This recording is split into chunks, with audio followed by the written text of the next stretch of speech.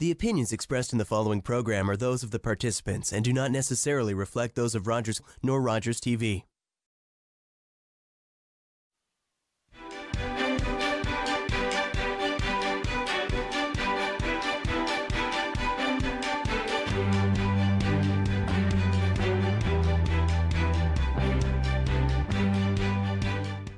Hi, welcome to Politically Speaking. I'm your host, Dave Szollosy.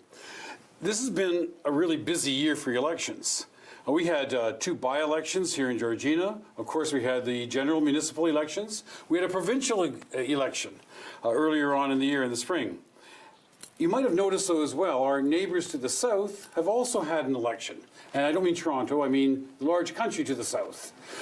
On our show tonight, what I want to do is discuss what that election means from a Canadian perspective, what's the significance of that election, and what it was all about. So joining me in this segment are two members from the organization Democrats Abroad, Brooke Scott and Annie Perry. Brooke, thank you so much for coming on the show. Appreciate it. Thank you for having me. Annie, thank you. Welcome. Thank you very much for coming down. So just a little bit first, I mean, I want to get into the understanding of who is Democrats Abroad, intentionally using that to describe the organization. But who are you first? I mean, who's Brooke Scott? And what's your background, and how did you come to be living in Canada? Well, 10 years ago, I moved up here with my family, and we decided to stay. So I'm a mother of 5, and I'm a resident and a U.S. citizen. I am on the board of Democrats Abroad Toronto. I'm a member at large for York Region and a co-chair of the Women's Caucus of Toronto. And the Women's Caucus is to focus on women's concerns, or is it the gathering of women, or both? Both. So we talk about women's issues and what we can do to further them, and how we can do that through the Democratic Party. Okay. And can I ask you, Annie, the same question? Just who are you? Who's Annie Perry, and how did you come to be living in Canada as an American voter living here in Canada? Well, actually, Dave, I'm a dual citizen. I was born in Toronto and grew up on part of the year on Lake Simcoe, actually, and I married a fellow who was born in America and became a dual citizen when we lived in California, and my kids are dual citizens. We moved back 4 years ago. And I wanted to become an American citizen as well, because I thought we would be there a long time, and it was important for me to be able to vote. And coming up here, and then with the election results in 2 years ago, I just felt, and I had been involved with Democrats Abroad, but I felt very compelled to get involved and do more, because you realize, you know, every vote counts. And I wanted to be up front and do whatever I could to further the cause of Democrats Abroad. What's your position with Democrats Abroad? I'm on the board of Democrats Abroad Canada, and involved with the Women's Caucus as well. So I'm a member at large, as Brooke is. Well, let's talk about the organization itself. Now, I'm understanding it's Democrats Abroad is not just a Canadian organization, no. but the part in Canada is pan-Canada. It's everything, and there's right. How is it organized? Well, and that's a big question. Democrats Abroad has been around for a long time. We are separate from the DNC. DNC? Sorry, Democratic National Committee. Okay. We're a separate. That's in the United States. In the United States, we kind of act almost like a separate state for collecting all the people who live out of the country and who recognize themselves as Democrats. They're in 190 countries around the world. We have more voting members this year than we've ever had before. And if you were to look at the numbers of people who can vote from Democrats Abroad, it's as large as almost, except for about 12 states that have larger voting blocks than what the Democrats Abroad. So it's not insignificant. So we've been working really hard to try and have people, if they do identify as Democrats, to be part of Democrats Abroad. And basically, what's the objective of the organization Democrats Abroad? Why is it constructed? To register U.S. voters and help them get their ballots. So we have developed a website called votefromabroad.org. It's a bipartisan website where you can go in, you put in your information, your last voting address, and your county, and the rest of the form self-populates. you print it out, you send it in, and you're registered. So let me just see if I understand it. So all the voting for Democrats abroad or any expatriate or non-resident voter for the States is done by mail? Then? No. No. Okay. So I'm already misunderstood. But you're registered in a particular voting district in the States. Your last address is generally it's your last address. Their military is a separate, different voting block, and people in every state is different. It's not like in Canada where it's a federal election, everything is the same. Every state has its own nuances to the rules, so sometimes people will vote by mail. Sometimes you can fax votes in. They have different dates that they have to be in by. But mostly what we want people to do is to figure out what it is for their state and then to go through that process. And we've been through training. Democrats Abroad went across the country and across the world, and they were giving out this spring directions and workshops on how we can facilitate. I mean, as you can tell, there's 50 different states, and it's a huge book, and there's direction. Yeah. When you're asking how do you vote from abroad, the reason why it's difficult to answer is because there's like an inch-and-a-half book. Let me just show the book, Voting Assistance Guide. And how many pages is this? Hundreds, I don't know. It's okay. That's a dense thing to get through. And what's the workshop booklet here? That's that if we were to run a workshop locally, they give us tools to be able to help people independently work in smaller groups. So these are just an idea of the kind of effort that Democrats Abroad and Vote From Abroad have taken this year to try and engage people. I don't want to get totally into it yet because later on in the show I want us to talk about some of the issues that still hang over the United States elections here. But is this what's referred to when the news reports are talking about the out-of-country ballots that have to come in, and there's some conversation about whether or not they'll wind up actually being counted or not? Are these the votes that we're talking about there? Some of them. Okay, some of them are military votes. Okay. Where military personnel vote on base. When Democrats Abroad is not part of the military vote. So we have over 6 million voters outside of the country that are not on military bases. 6 million? Yes, over 6 million. So we're talking about both. So people that are in the service, their vote's not getting counted, and also Democrats Abroad. This week we've been following up with voting, not just to get people to the polls and different parts of the campaign as it's rolled along. There's been an effort this week to make sure people who did vote from abroad, that their votes actually are being counted.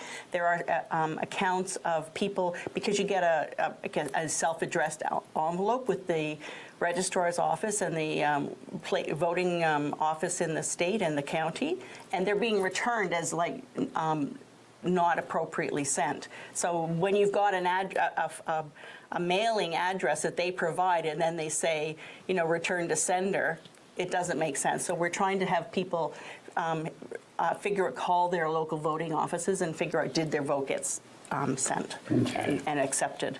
And I do want to make the point as well that in preparation for the show, I was trying to get a hold of some spokesperson from Republicans Abroad, but I couldn't contact anyone. There was no follow-up. There was nobody to reach.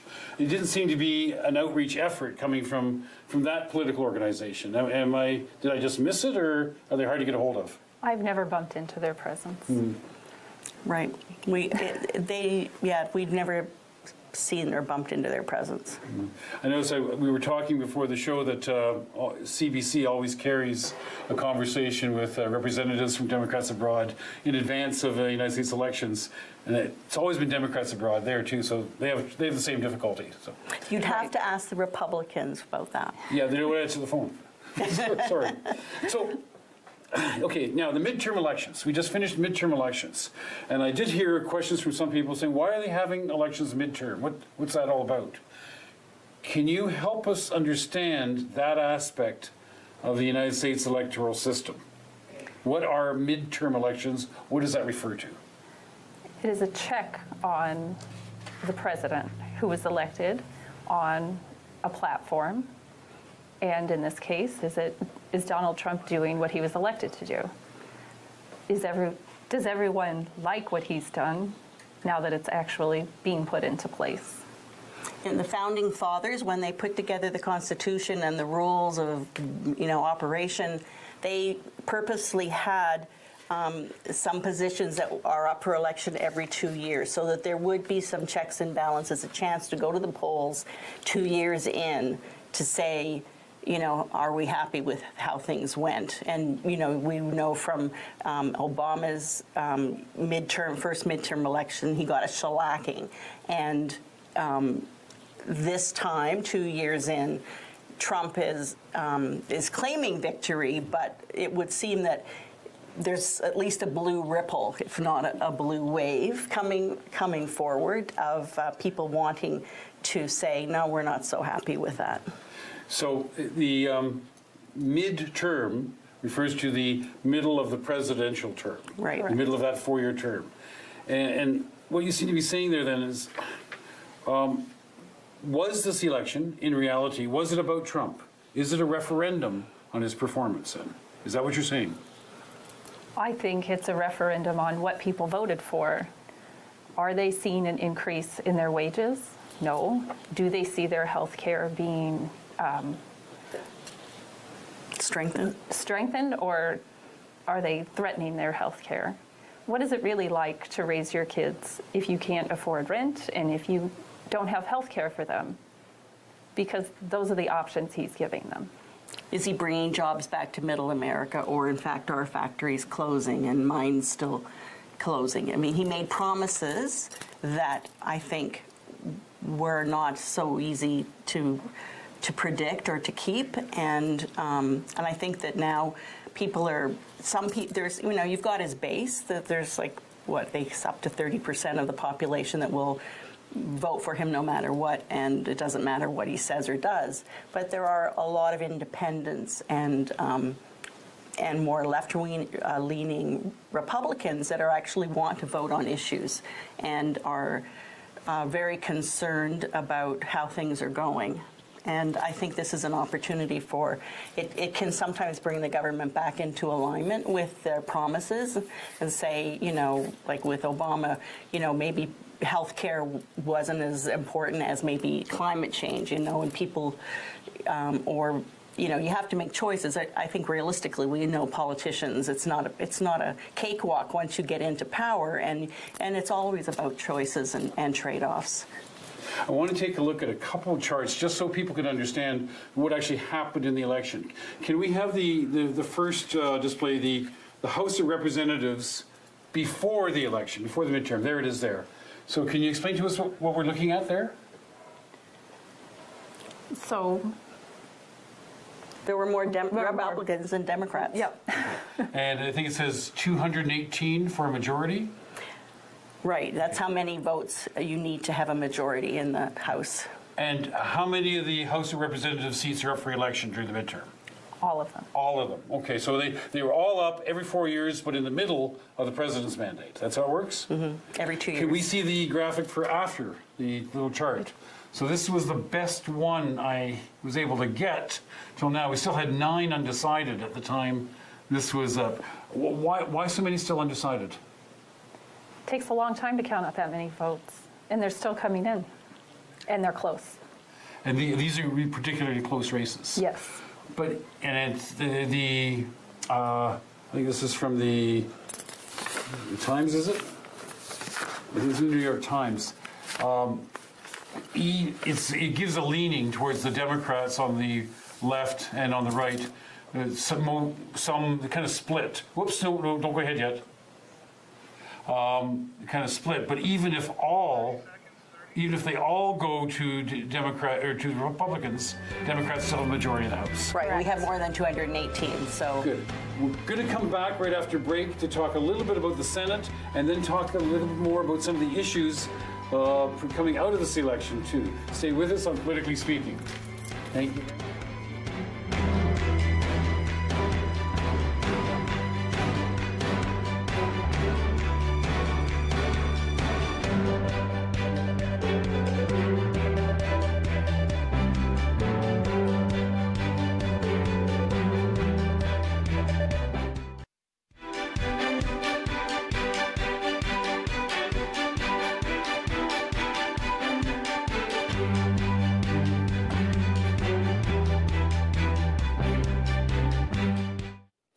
I'm Dave Szollosy, and welcome back to Politically Speaking. Tonight we're talking about the United States elections that took place in the last little while. When we went to break, we were just talking a little bit about the results that came out of that. And let's see the Senate chart, if we can. The Senate before? Okay, so that was the Senate situation prior to the election. Can you tell us what we're seeing here, Brooke? What does it mean? So it means it was tight in the Senate, but the Republicans had the majority, which they still do. Oh. And only a third are up every 2 years. We look at that circled block in the center there, and you see that most of the Republican seats are safe. weren't even up for election. Correct. So when people say that, well, the Republicans won the Senate, is that really a meaningful comment to make? Not when the elections aren't equal, red and blue up, or independent. So I would say no. So we have, in another 2 years, we'll have a third of the Senate up again, and we'll see who will be up for election. And that's an important point you're making right now, I think. Let's take a look at the next graphic, what the current arrangement is right now, then. Thank you. So what's the point that you're making, that it's only 1/3 of the Senate seats are up for election every 2 years, right? Is Correct. It's not an upheaval every 2 years. It's a check on the president. It's a check on the House of Representatives. And it's also important that every state gets 2 senators. It's not based on population. So California gets 2 and Montana gets 2. The population is quite different, as you can imagine. Yeah, so that kind of equality. And even the situation right now, it looks like the Republicans have just a 2-seat majority right now, with 2 seats, we're still undecided at the time, but like uncontested, a huge block of Republican seats that were not contested this time, and only a smaller number of Democrats. The fact that the Democrats are able to hold on to all their seats like that, what does that say? That says the support is strong for them. And we did lose in Missouri. Claire McCaskill, who wasn't a strong candidate for us in Missouri, has progressively gotten more and more Republican and conservative. So we do have work to do in some states, but we're building, and it will take time. I want to introduce Marie Morton. Marie, thank you very much for coming on the show. Thanks for having me. Pleasure. Thank you. A Keswick resident. Yes. And voter in the United States elections. Yes. Can you start by telling me about your background and how do you come to be living in Canada as a U.S. voter? Okay. So I'm an American citizen, born and raised in California, and met a Keswick boy and married him. And we have lived both in the United States and in Canada. But at one point we decided that for our family and our quality of life, that Canada was the place that we were going to live. And so we moved back to Keswick, and that is where we are. So. Brilliant. You're welcome. Thank you. What surprised you about this election, if surprise is an appropriate word? Yeah, I don't know if I would necessarily use the word surprise. I was pleased at the outcome. I am a Democrat, and I definitely have always made a point of voting wherever I live, abroad or otherwise. And I'm glad I wasn't disappointed and by seeing a lot of Republican victories, because that's certainly not the way I lean. I think some of the things I've been surprised about are some of the issues like the issue in Florida, and some of the behaviors I've seen of people, politicians, not acting like adults almost, not following the process seemingly of good democracy, it seems like they're not playing fair. I'd like us to follow up on that if we can. Okay. Let's talk about that a bit, because I took a quote off of one newspaper that many people outside the United States have a sense that democracy there is broken. And I'm kind of hearing that, echo of that in what you're saying right now, Marie. Would you agree that there's something to that statement? I feel like it's challenged, and it's up to the voters and the people to make sure that it is upheld. I'm a very positive person, and I do believe that our votes are counted. I think it's a very effective form of voter suppression to say that your vote doesn't count. And it goes around a lot, and the more you say it, the more people believe it. But it isn't true. We can look at typically red states where initiatives... By red states, you mean? Republican, right. conservative states. And while they maybe didn't elect senators or House representatives that are Democrats, they're interested in raising the minimum wage. They're interested in making sure that more people can get Medicare. So that's telling me that it's more than just a party. It's a movement towards everyone being equal. What were you alluding to, Marie? It's that's a very positive outlook. I have to applaud that. I perhaps am a bit more pessimistic.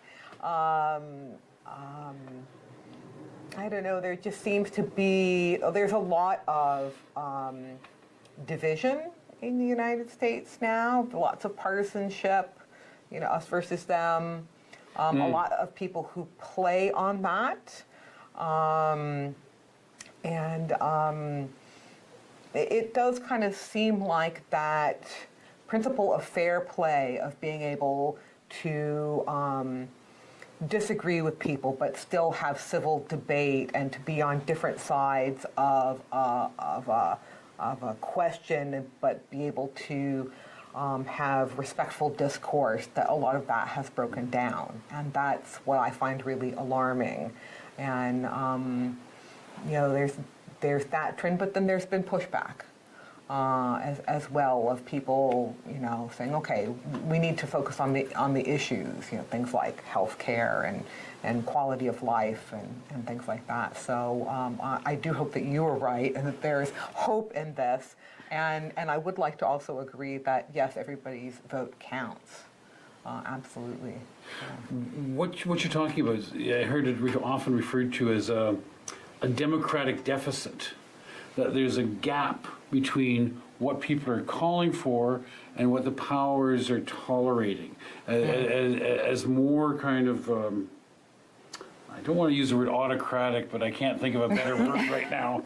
More kind of unitary control coming in over the discourse, over the conversation, that it pushes the capacity for that kind of democratic exchange of what kind of programs we should be about, to a conflict, a conversation of the people and character. And I think particularly in the presidential election, and I'm afraid just to say probably some overflow into our elections here in Canada as well, that kind of more ad hominem attacks. It's the person that's wrong, not I disagree with the arguments. And that's contributing to that's how I was understanding the term democratic deficit. Is that what's going on? I guess you could say that, but that's if you play into it. I think we've seen people peacefully taking to the streets and saying, no, I'm not okay with this. Yes, I'm going to go to the polls, and yes, I'm going to bring 10 of my friends with me. The Women's March happened, the March for Our Lives happened. They were all peaceful. There were lots of people there. They were well organized, and I think they had an effect. Let's take a look at that effect for a second. Can we have the chart about the voter turnout, the graph here? And this is very interesting. This is from the U.S. Election Project. At the time, they had the turnout for this election being the highest since the late 60s, early 70s. And I just heard another report that actually with the better counts now, It was a higher turnout in this midterm election than any election since 1914 in the United States. Percentage turnout. And usually, if I may be wrong, midterm elections are usually less participation.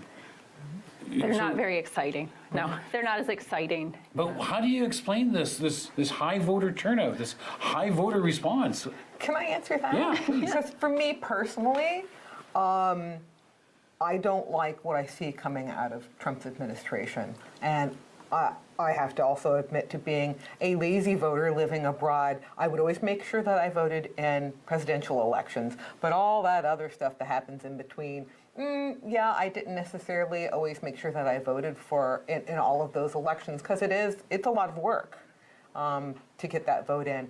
But I knew that this time it really mattered, and that I had to make sure that I did everything I needed to do to get my vote in there. And obviously, other people agreed with that. Whatever their personal rationale was, they decided I need to vote.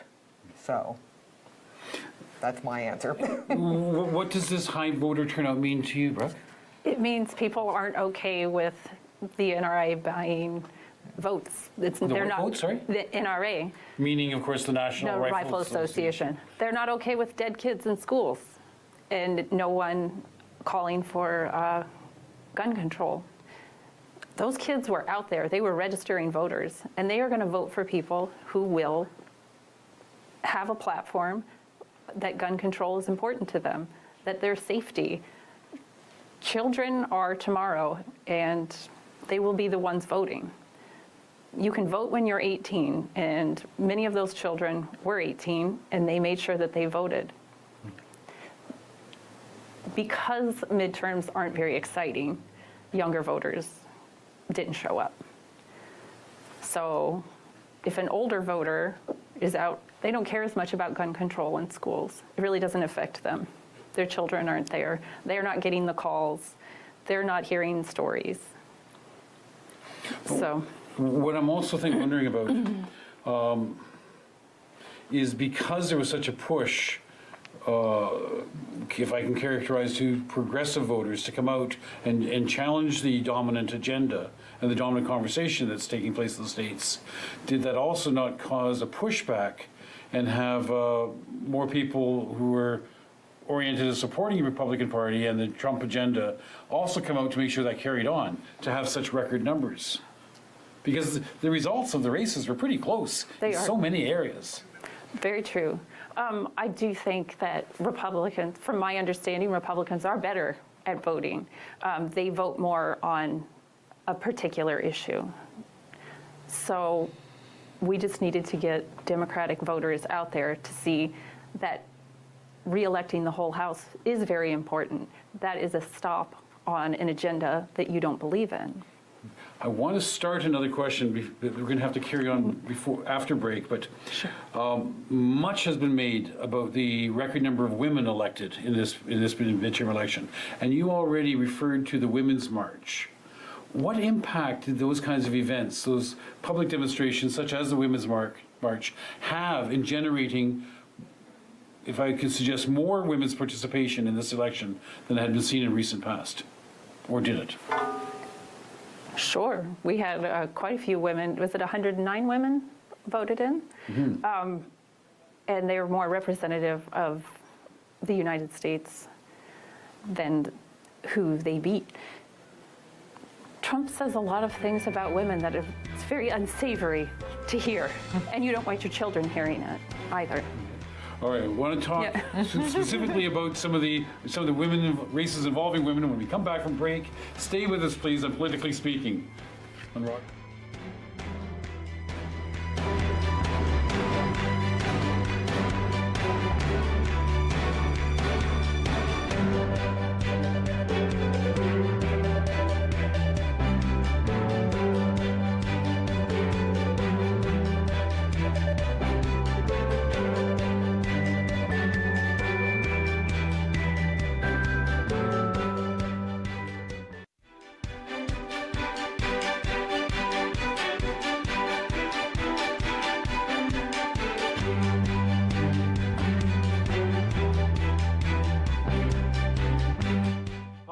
Szollosy. Thanks for staying with us on Rogers TV for our conversation about the United States elections on Politically Speaking here. One area that we haven't touched on yet, it was the governorships, because the midterm elections are about more than the House of Representatives and the Senate. A lot of states also had governor races. Not all of them, though. Am I Correct. How many were up there for election? That I am not sure. Okay. But now what's happened? I think Democrats did pick up seven positions of governors of states. What happened in those states? Well, one exciting one is Kansas, where Kobach, who was appointed under Donald Trump as his looking for voter fraud, and he found none. And he found? None. None. He found no voter fraud, and so he was out of a job and ran for governor and lost. Kansas is a very red state, but because of budget cuts and basically using it as a Republican experiment to cut taxes to the quick, they're suffering. And so we're seeing a turnaround, beginning with the governorship. And what's important about governorships is, say, with Roe versus Wade, Now, let's talk about this, because this is in the construct of the women's concerns, particularly coming to the focus during this election. Roe versus Wade has been spoken about a number of times in that context, both in the appointment of the new Supreme Court Justice Kavanaugh and in these elections. What does Roe versus Wade mean? What does that represent? What does it represent? It's a woman's right to choose what she does with her body. It belongs to. It's a choice. It's a choice of privacy for her, between her and her doctor. And it refers back to a Supreme Court decision of in 1971. 1971 that permitted, I guess permitted, because it now took it out of the criminal law. Correct. So many states have tried to wiggle around Roe versus Wade and come up with different laws. Hallways have to be a certain width. You have to be in a hospital setting. So Roe versus Wade. So these are attempts to recriminalize abortion, right?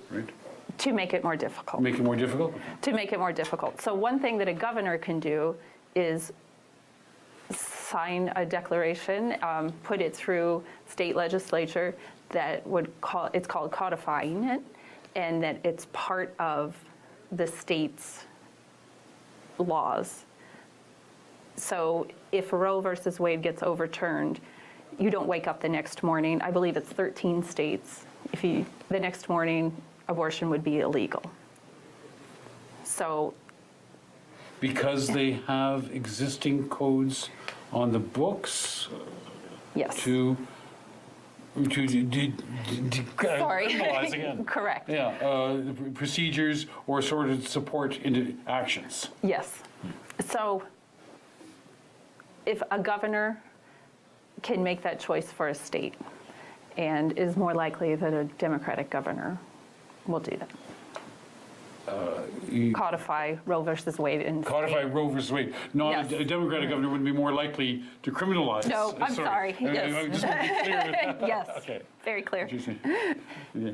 Do you think did that impact a lot of the votes in a lot of the states? Do you think, Marie? Well, I don't know if I can necessarily speak to that, but I would think, in my opinion, women are half of the population, and I think that most women want to have a say about what happens to their own bodies, and that they don't want it legislated, and that they want to be able to make their own choices. So, having the right to an abortion doesn't mean that you need to have one. So one woman can choose that, yes, that's my best choice, and the next woman can choose, no, that's not my best choice. But the idea is the choice. Yes, yeah, the choice. Now, interesting point we're just raising about Kansas here, because in my notes talking about the swing that a lot of mostly urban districts tended to vote more Democratic, and rural areas, especially in statewide races, will be voting Republican. But the example you seem to be giving breaks that pattern. Kansas is primarily rural, isn't it? Correct, but we can also say, as we talked about with, did we talk about raising the, oh no, voter rights and raising the minimum wage. Those are, I guess, typically Democratic talking points and agenda items, but these red states have voted for them. So is it actually a partisan issue or not? So you say when they're voting for those issues, how are they voting for those issues if they're voting for the Republican candidates? Well, it's hard to hold those two ideas together, but Florida, which we have talked about, just re-enfranchised 1.4 million people who have been convicted felons, and now they can vote. So, yet they hopefully have a Democratic governor, but... So that referendum was on the ballot as well about... Yes. To allow... Is it ex-convicts, ex-felons? Yes, people who have served their time. Served their time and been released.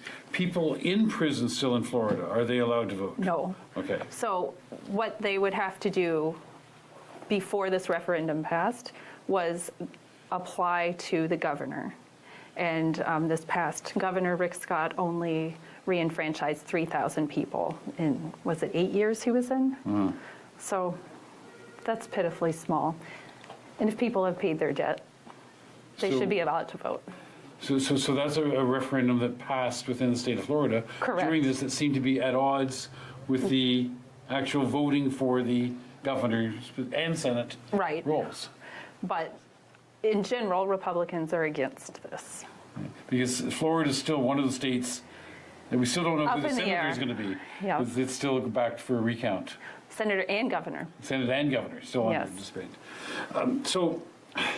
So many of those races, especially in House of Representatives, well, in governorship too, seem to pitch Democratic women against a Republican man. Can we talk about some of the particularly important people that come forward? One that I'm sure most people have heard of, Alexandria Ocasio-Cortez. She's kind of seen as a real rising star in New York. What happened there for her to come so much to the fore? Does it signal something new in U.S. politics? It's exciting. Marie, do you know about? It's not one I'm up on, but I think that just the changing gender and color of the people who are representing us in elected office that's a greater representation of the people that live in the United States of America, really. Not everybody's a white male, middle-aged white male. So getting different perspectives, different backgrounds, it's a good thing, I think. And generation shift. Yes, and generation shift. She's the youngest woman ever elected to Congress. That one. Okay, yes. Yeah. Well, like you said earlier, young people are our future. She's certainly not a teenager, but she's somebody who comes from a different generation. It's a rapidly changing world we live in. And having a younger person who is more in touch with youth and that demographic, that's only a good thing.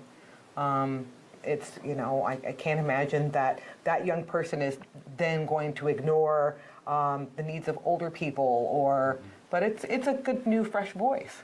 Well, it's a question of being open to new ideas. Do new ideas dilute things, or do they elevate things? Mm-hmm.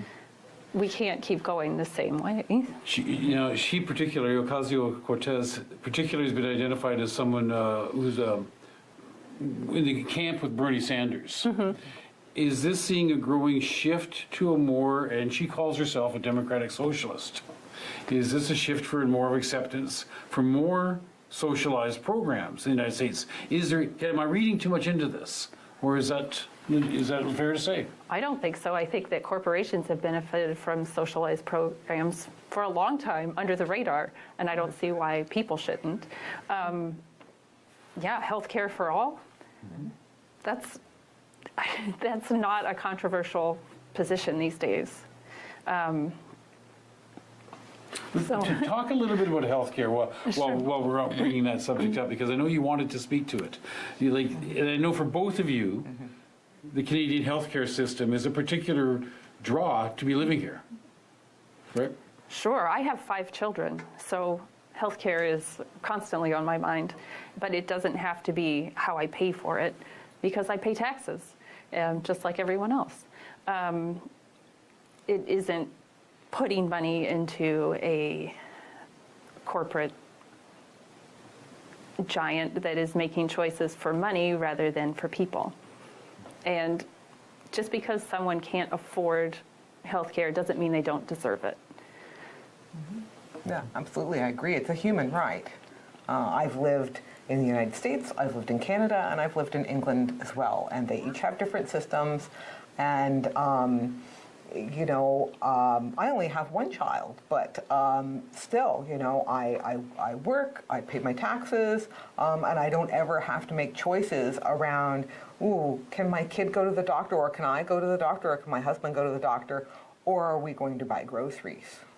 Or are we going to pay the heating bill? Or, because I've been in the position as a young student in the United States, a person with not a lot of money, and had to make decisions about not going to the doctor and it being an economic decision and not a health decision. So, help me understand this. I think a lot of Canadians would have the same question. Why is such a large segment of the American population so afraid of single-payer insurance programs, government-run, for their health care? Why? People have been effectively scared of government. I mean, I guess you remember Reagan saying, what is it? The scariest words in the English language are, "I'm from the government and I'm here to help." But I don't think he's ever had to make those choices for his children. And I honestly believe that if he knew somebody who was struggling, he wouldn't want them to not have health care. We have a lot of promotion of fear going on. A lot of commentators have talked about the farce of sending troops down to the Mexican border to interfere with this so-called caravan of refugees, potential refugees, not women and children. Potentially people coming in. And part of that fear generation was there may be Middle Eastern people among them. The fact that Minnesota elected an African refugee, a Muslim woman, to its Congress, does that mean that this fear-mongering is not taking root? Or, I mean, to me, that was a big sign of hope. I agree. I think it hits some notes with people that are open to it, and but it will backfire in the end, because there's no big scary group of people waiting to climb. You know, they're not like pirates with a knife in their teeth, ready to climb over, you know, the wall or whatever barrier is there. They're women and children, and they're running because of policy issues in Central America. So what is this intervention by sending, first time the U.S. troops have been put again on U.S. soil, at least as far as I know, since 1877, right. The railway strikes to stop the strikers. It's a distraction. It's a distraction. Yeah. Well, they're not getting combat pay, and they'll be missing American Thanksgiving with their families. So they're sleeping in tents on the border. How do you think the military feels about that? You wanted to talk, one brief comment about somebody else here. Sharice Davids from Kansas, the state of Kansas. She is one of the first Native American women. And okay, and we're going to come back and after break talk specifically about some issues that impact on Canada. Stay with us on Politically Speaking. Join us after the break. Thank you.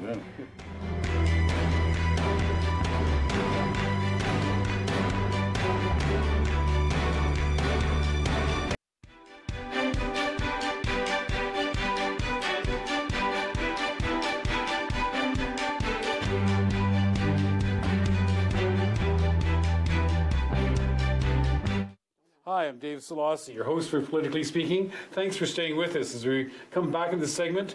Annie has rejoined us again for this last segment as we try to talk about some issues that relate and impact upon Canada-Canadian-U.S. relations.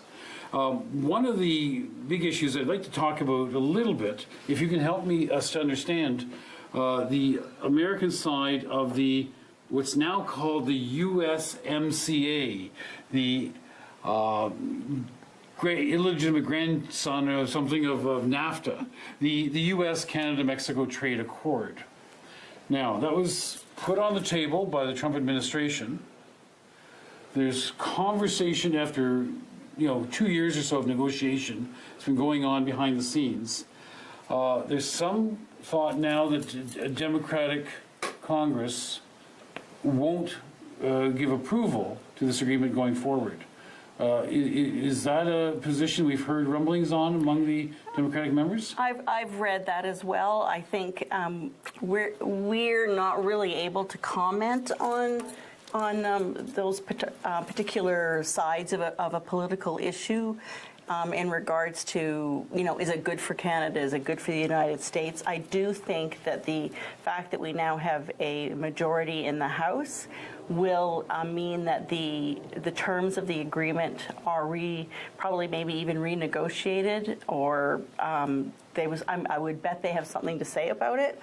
And I think that we just have to wait and see. And as a citizen of both countries, or if and many of your listeners are mostly Canadian, I would say make sure that you have your voice heard. If you have a feeling about this trade agreement, or you're curious, well then call your member of parliament.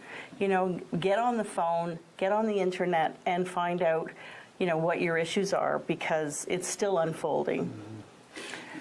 Does it have the potential to become more of a political football, because the current trade agreement as offered to Congress now was initiated by the Trump administration and negotiated by his people? Would a Democratic House have resistance to it simply on that basis? Not necessarily, Yeah, but I would like to think not. well, you can bet your boots it'll be dissected and further looked into, like many of the many bills that have been put through and are still waiting for approval. That's what a check on a president is, and on their platform. If you're asking, would the Democrats just resist it because it's from Trump, just the way the Republicans were resisting anything Obama did? I have not heard anything to that effect, and it certainly would be a surprise to me. I think that the Democratic caucus and House want what's best for America. I mean, it's, or for their people, and I don't think, just as any government leading their people should. So I don't think there's really anything that we can make a football out of until we see what's happening. Well, certainly some of the things as some of the representatives have mentioned, like the insisting that the minimum wage provisions for Mexican workers have to be improved. If we're going to have any kind of equal playing field across the three countries, minimum wages have to be harmonized in order so the jobs aren't shifted. That would benefit Mexican workers and Canadian workers as well. Yeah, I think all of that makes sense, but honestly, because we represent Democrats abroad, and we're primarily trying to get people to vote, I think if there are American listeners out there who have a thought about this, they should make sure that they're registered to vote and put their voice forward. I think that's maybe a question for the experts on the NAFTA agreement and not for us. There's two personalities I'd like us to maybe touch base on. Jeff Sessions, fired right after the midterms are over, so as not to disrupt them, I guess, during it. Does that signal anything of a change in the Trump administration's approach to immigration, do you think? Or what's the significance of Jeff Sessions disappearing? Well, there's a huge significance of Jeff Sessions being the Attorney General, and that he wasn't fired, he resigned. Right. Yeah, sorry. Yes, I'm of not course. sure I recall that. I think it has more to do with the Russia probe and Mueller. Yeah, I think Then- so. I think it's, from what I can see, the Trump and the Trump administration just are throwing, footballs at the media all the time, keeping them on their toes, keeping them off balance. Sessions, resigning. I think, there were foreshadowings and rumors about that for a long time. I just think that, it's just trying to manipulate things to be in Trump's favor. Okay. The last person I want to talk about in our last minute is someone a lot of Canadians wouldn't be unhappy to see lose his position, was Scott Walker of Wisconsin. Very, very anti-worker, very, very strong threat to the Canadian dairy industry. Thoughts on what happened with Scott Walker there? Nice strong man. Teachers don't like him, students don't like him, parents don't like him, and that's who will elect him.